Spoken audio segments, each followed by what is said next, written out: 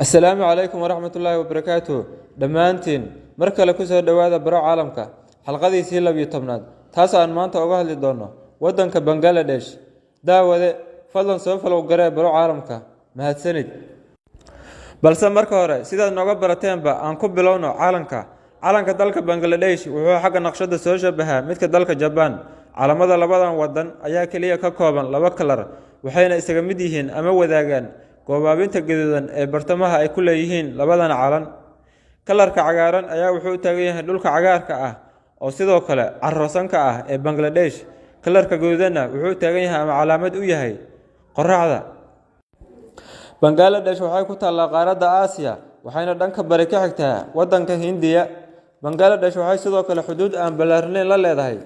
dalka Myanmar oo sidoo kale loo yaqaan Burma caasimadda wadanka Bangladesh waxaa lagu magacaabaa Dhaka taas oo ku taalla bartamaha hoose ee dalkaasi qaab dhismeedka dhulka haddii aan xalqadii middan ka horeysay ee ku saabsaneed biyo la'aan ka jirta dalka Bahrain soo aragnay hadda ku soo dhawaada dal ay biyuhu ka bateen heer ay kadeed ku hayaan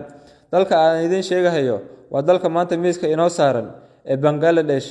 waxaa dalkan ku yaala 700 oo webi bal ka waran webiyadan badan awgood Bangladesh waxay iska xaqabtirtay waraabka beeraha waxayna caan ku noqotay wax soo saarka beeraha Bangladesh waa wadan jiq ah oo kaymo badan halkaas oo ay ku nool yihiin xayawaano iyo dhir aad u badan oo aad u kala duwan dhanka taban ee barwaaqada Bangladesh ayaa waxay tahay in dalkan ay ka dhacaan duufaano iyo dabaylo aad u xoog badan iyo sidoo kale roobab mahiigaan ah oo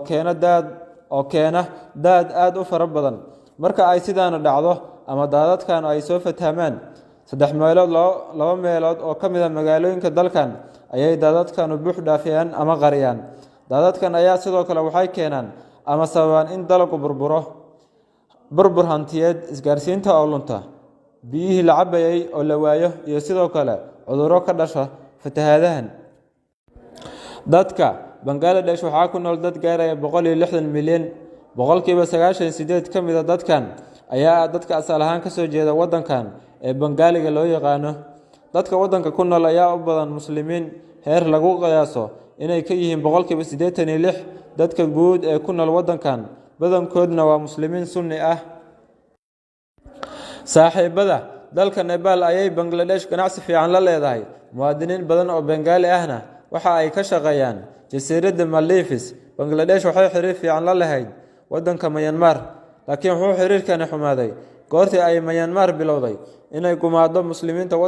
wadankeeda ku nool ee Rohingya loo yaqaano Bangladesh waxay alaabada dharka aad ugu dhoofisaa dalka Mareykanka Bangladesh waxaa guumeystay Ingiriiska waxaana weli ku dambeeyay saameyntiisii xagga dadka luqadda iyo dhaqankaba waxaas oo dhan marka laga yimaado saaxiibka ugu wanaagsan ee Bangladesh ay leedahay waa dal yar oo lagu magacaabo Bhutan iyo wadanka Hindiya inta ayuu inoogu egyahay barnaamijkeena maanta ha iloobin share gareynta ku xirnoow baro caalamka waxaa inoogu xigi doona oo aan ka sheekeyn doonaa dalka Belarus